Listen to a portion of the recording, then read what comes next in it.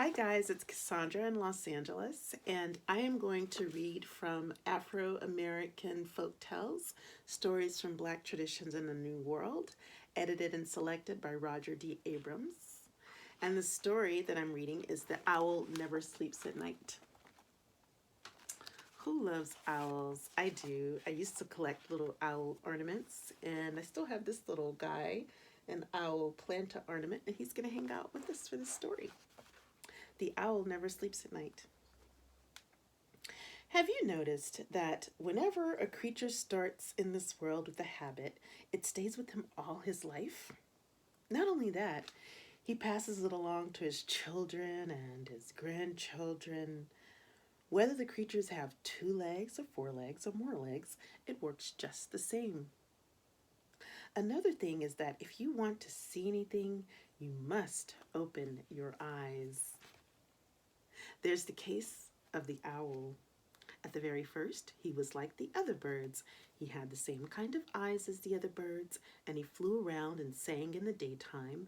And when it came dark, he went to roost and stuck his head under his wings and slept till daybreak, just like the others. But it wasn't long before he got into the habit of sitting up nights and calling out, "Woo, woo," and he never has stopped that to this very day. Here's what happened. During the week that the creatures were all created and were just learning how to keep house, the good Lord noticed that there was something going wrong in the night, and he felt mighty nervous about the whole thing.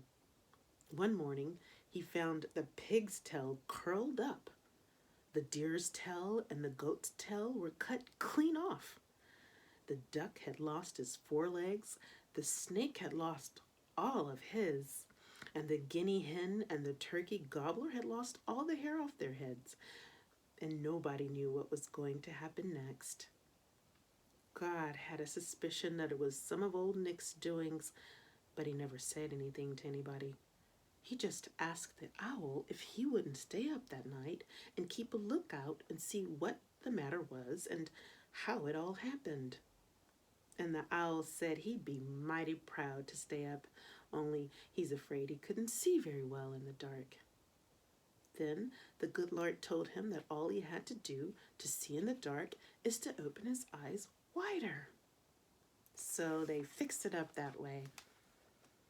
And when it turned dark, the owl never went to bed. He just opened his eyes a little wider and got out in the open where he could look around over the countryside. And every time it got a little darker, the owl would open his eyes a little wider, and he didn't ever have any trouble seeing all the carryings on. And sure enough, along about midnight, he saw Old Nick tying knots in the horses' manes. And the owl called out, "Woo, woo, woo, woo, woo, woo." With that, Old Nick was so scared that he ran away and left the horses and struck out across the country in the dark. But the owl opened his eyes wider than ever, and he followed after him, and every once in a while he'd call out, "Woo, woo, woo, woo." Well, he sure scared Old Nick away. But when it became day, Mr. Owl had his eyes so wide open that he couldn't shut them, and the bright sun gave him a terrible headache. Then the good Lord told the owl that as he'd been up all the night before, he could find himself a shady place and sleep all day to make up for the loss of sleep the night before. But when night came around again, the owl was rested, and he didn't have his headache anymore, and he felt so wide awake that he stayed up that night too. After that, he got the habit, and he's had it ever since. That story hails from the American South, my home, and I hope you enjoyed it. And I can't wait to hear the rest of our folk tales in this series. Take care.